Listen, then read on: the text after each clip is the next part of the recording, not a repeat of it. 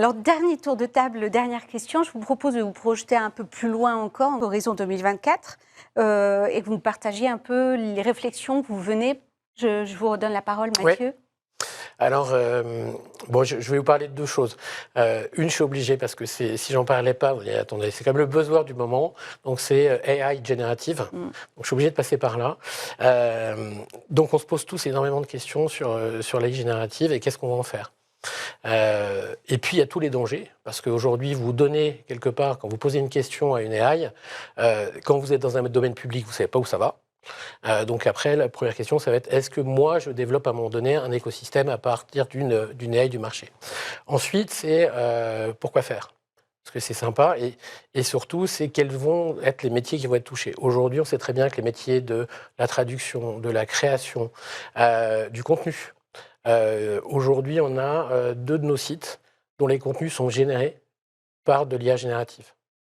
Alors, on y rajoute après un petit peu de couche SEO parce que, voilà, on pourrait à un moment donné être taxé par Google, avoir des algos qui font notre contenu, mais ce sont des choses aujourd'hui qui sont déjà complètement live.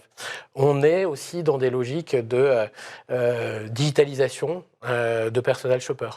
Donc là, on a des POC qui sont en cours. Donc on a un certain nombre d'initiatives. On sait que ça va transformer complètement la façon de travailler. Mais vous pouvez créer du code, d'ailleurs du code informatique assez vite grâce à cela. Et donc là, on est vraiment... qu'est-ce qu'on fait, quand, comment avec des use cases assez précis. Service client aussi peut être d'ailleurs un des usages assez forts de cette AI générative. Ça, c'est le premier point. Et puis le second, j'ai parlé beaucoup de data. C'est le retail média. Donc, on a sorti un premier pan qui est avec Printemps Analytics, dont je vous parlais auparavant.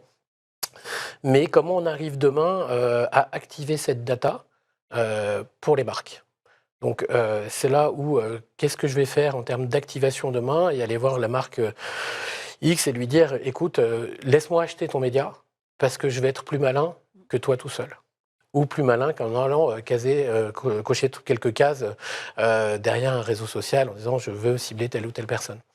Ça, c'est un des usages sur lesquels on travaille. De même, on est en train d'élargir notre inventaire. On a créé d'ailleurs un studio au printemps, créateur de contenu, et de se dire comment demain j'arrive à finalement trouver des nouveaux business models où on devient nous-mêmes un média.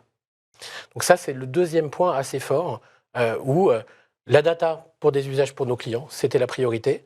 La data pour la connaissance, et maintenant c'est la data pour les marques, soit au travers d'analytics, soit demain au travers de prestations complémentaires, leur permettant finalement d'avoir un partenaire qui va bien plus loin qu'un simple distributeur, mais c'est quelqu'un qui va les accompagner dans leur stratégie média.